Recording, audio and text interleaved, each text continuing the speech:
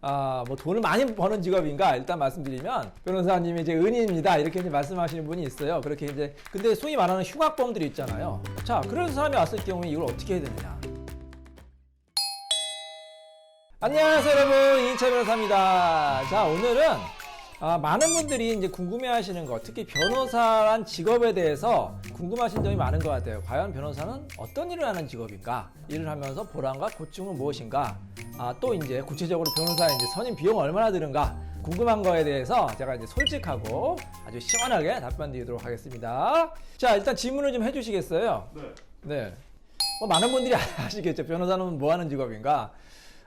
뭐 돈을 많이 버는 직업인가? 일단 말씀드리면 그런 것 같지는 않아요. 이제 사실 예전에는 그런 변호사들이 이제 있었다고 하는데 요즘에는 이제 돈을 많이 번다 그런 직업이 아니고 일종의 전문직이다, 자격증이다 이렇게 보시면 되겠습니다. 여러분 이제 자격증 준비하시는 분 많이 있잖아요. 그래서 변호사, 뭐 회계사, 세무사, 뭐 심지어는 의사도 일종의 자격증이잖아요. 그런 전문직 중에 하나다. 근데 사실 변호사가 되기는 어렵죠. 그래서 자격증 중에서 뭐 예전에는 가장 어려운 시험이 뭐 사법시험이라고 했잖아요.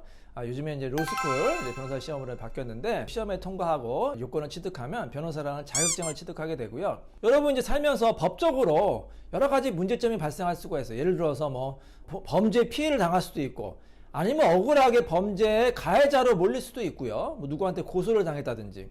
그리고 굉장히 이제 많이 힘들어하시고 충격을 받으시잖아요. 어떻게 해야 되느냐? 그때 이제 변호사를 선임하면 되는 거죠. 변호사의 뭐 자문을 받거나 상담을 받거나 아니면 경찰서라든지 검찰청에 조사를 받으러 갔거나 민사재판에서 이제 민사법정이나 아니면 가정법원에 간다든지 이렇게 여러 가지 법률적인 문제에 대해서 도움을 주는 사람이 변호사다 이렇게 보시면 되겠습니다. 보람될 때는 이제 억울한 사람의 사건이 잘 해결됐을 때가 사실 가장 보람되죠. 이렇게 이제 본인이 억울하다고 이제 말씀하시는 분이 많이 있잖아요. 뭐 이제 소송을 하거나 아니면 어떤 재판을 하거나 해서 사건이 이제 풀리거든요. 해결이 되거든요. 그게 이제 뭐 짧게는 6개월, 길게는 뭐 2년에서 3년 정도 걸리는데 이 오랜 시간을 거친 후에 의뢰인이 원하는 이제 사건이 잘 해결됐을 경우에 그때 의뢰인분이 이제 변호사님 정말 감사합니다. 뭐 심지어는 어떤 분은 변호사님이 이제 은인입니다 이렇게 이제 말씀하시는 분이 있어요. 그렇게 이제 감사하다고 전할 때 가장 보람되는 것 같습니다. 보람될 때도 있지만 사실 힘들 때도 많죠. 이 사실 변호사라는 직업이 쉬운 직업이 아니에요.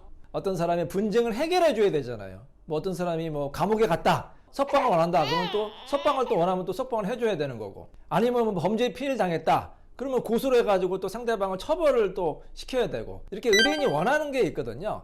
근데 그게 또 다행히 이제 의뢰인이 원하는 대로 잘 되면 뭐 얼마나 좋겠습니까? 하지만 의뢰인이 원하는 대로 되지는 않고요. 또 변호사가 항상 또 재판이 또 승소하는 건 아니잖아요. 또 승소하는 변호사가 있으면 패소하는 변호사도 있고 또 승소하는 사건이 있으면 패소하는 사건이 있고 또 생각보다 또 어렵게 잘 안 풀리는 사건도 있게 마련이거든요.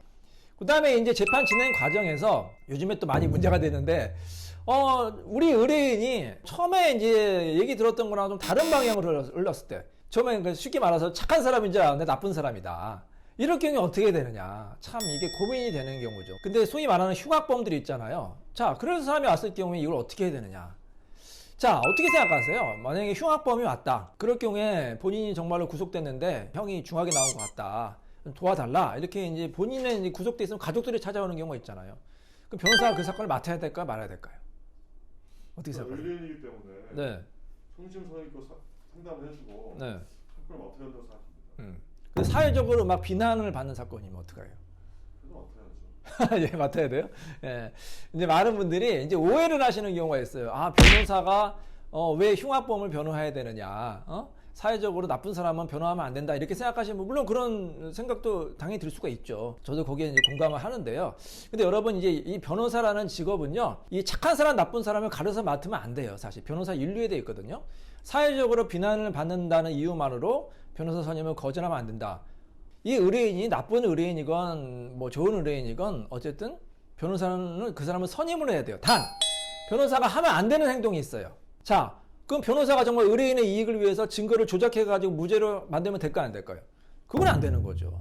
증거를 조작하거나 뭐 허위에 진술한다든지 그렇게 하면 안 되는 거예요. 그건 변호사가 오히려 변호사 윤리 위반하는 겁니다. 네, 이것도 굉장히 중요한 질문인데요. 많은 분들이 이제 사건이 다 터지고 나서 뒤늦게 변호사를 찾아오는 경우가 있는데 사실 그러면은 변호사를 선임해도 크게 효과가 없는 경우가 있어요. 그럼 언제 찾아와야 될까요? 가장 좋은 거는 초기에 사건 초기. 예를 들어서 변호사님 제가 어떤 그 사람이 투자하려고 해서 투자를 좀 하려고 합니다. 이렇게 사건이 발생하기 전에, 그러니까 아직은 사건이 발생한 거 아니죠. 뭐 저 사람이 내 돈을 띄어먹은 것도 아니잖아요. 사기를 친 게 아니잖아요. 근데 미리 한번 변호사한테 자문을 구하는 거예요. 이런 계약을 혹시 해도 될까요?